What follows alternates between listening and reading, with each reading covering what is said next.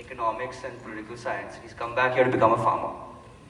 And I said, no, listen, you have to, it's not only about the education you receive, it's about the application of the knowledge and what you want to take forward from that. And he said, okay, you know what, do your experiments, have fun, let's see what comes out. So one of the passions I did was I started growing rice in very organic form. So no pesticides, no fertilizers. I actually started cutting the rice when it was harvested. And that same rice was actually kept on the field. It wasn't removed or burned. So today in India, we burn a lot of the rice, which leads to pollution all across Delhi, as you've seen before. So we've actually let the rice be. And what happens over a month is the rice becomes the nutrition for your next layer of produce. And what I saw actually is the rice straws actually prevent even insects from coming in and disrupting your crop. And essentially over 2 years, I realized the yield started increasing. And that itself was a prime example of sustainable growth. I said, why not now use this and educate farmers in this way? So in my area, I started educating farmers in how to grow produce. The second example,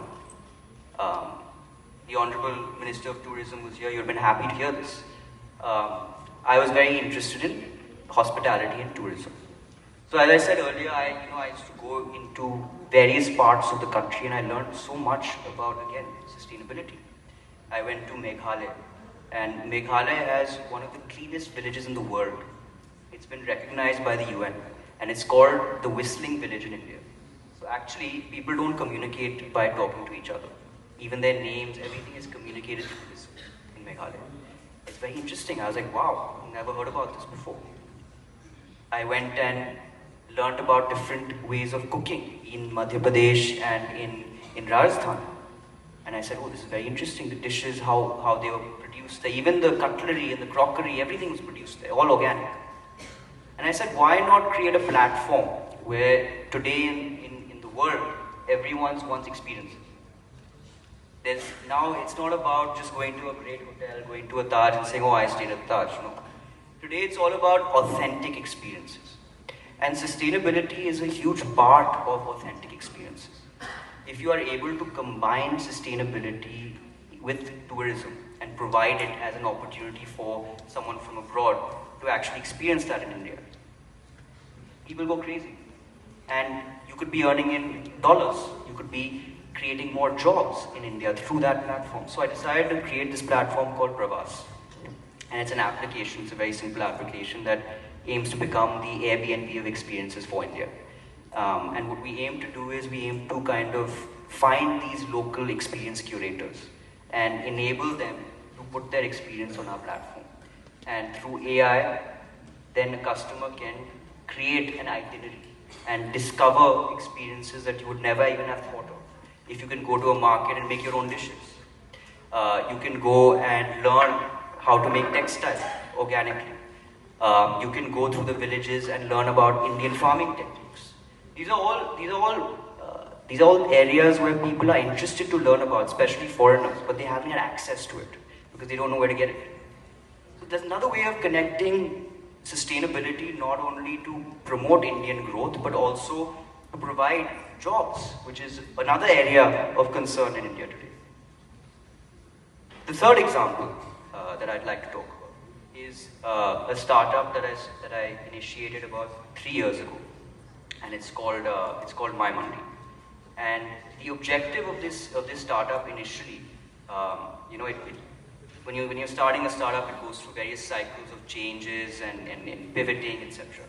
Initially, it was to kind of connect rural farmers directly to customers, and we went through the whole cycle. I spent about 2 years in the mandi, different mandis across India, learning about the supply chain, about how produce moves from the farmer to the arthya, to the mashako, to the futkar, and then finally to the retailer, and then to the end customer. And there are various amounts of charges at each level, volumes being traded at each level to understand that whole matrix. But then when I spent time in smaller cities, I realized something more interesting. Today, we are in the wave of quick commerce. That wave of quick commerce is a disruptive wave. It's a wave that actually has started to close down a lot of our offline retail network. I think a lot of you may have read, a lot lot of articles recently that came out about how 2 to 3 lakh kirana stores have been closed down recently due to quick commerce. So when we went down and we sat for a year and mapped out the different kind of kiranas in each city, and we realized that each area has a microcosm of kiranas. You have your meat shops, you have your electronic shops, you have your vegetable shops, and you have your general family kirana shops. So we thought, why not, instead of creating our own dark warehouse and supplying this product, why not create a platform where we're able to sustainably grow this whole network organically and connect them to the end customer? So we said, we're just going to create a SaaS platform. It's a Shopify kind of a SaaS platform, whereby each kirana, each electronic store, each household store, each meat shop can open his own shop online. And we do the distribution for them. So we connect the shop to the end customer. So essentially what you do is you go log in and you say, okay, we have a list of 10 lakh SKUs on the platform. And you can go choose what type of store you are. Are you an electronic store? It'll have all the electronic SKUs. Are you a kirana store? It'll have all the kirana SKUs. Are you a vegetable store? It'll have all the vegetable SKUs. And you can essentially choose which SKUs you want to put online. And you can determine, it recommends prices based on the quick commerce markets around you. So it'll actually recommend prices to you as a kirana store as to what price your competition is selling at, and then you can choose what price you want to price your product at. And then what we do essentially is have a B2C and a rider app that connects this whole system together. So what essentially you're doing is you're not reinventing the wheel, right? Everything doesn't need a revolution, everything doesn't need reinvention. Sometimes you just need to enable. And that is the key term with sustainability, is you don't have to disrupt, you have to enable. And I think that's one of the major takeaways that I also had, over the last 5 years, is that India, every nook and corner has a speciality. It has problems, but it also has unique speciality and has learning points. So we as youngsters, I think a few takeaways is we as youngsters, need to keep our eyes and ears open. Always look around. Everything's not in the books. We're used to studying for exams in class 10, 12, all that stuff, getting 99%. Everything's not in the books. Sometimes you gotta be street smart. Sometimes you gotta look around, you gotta hear things, you gotta observe. And then you gotta build. And when you do that, you'll realize you'll build in a much more economically friendly way and environmentally friendly way. You'll always keep that at the back of your mind. The second thing is, as a youngster, you don't need anyone else. You're enough to make that change. If you believe it, you have an ecosystem of friends around you. Build a group. All my companies, everyone says don't start companies with your best friends. All my companies I've started are with my friends, and we have had so much fun working together, brainstorming together, and building ideas together. Sometimes maybe you're better working alone, but sometimes don't feel scared.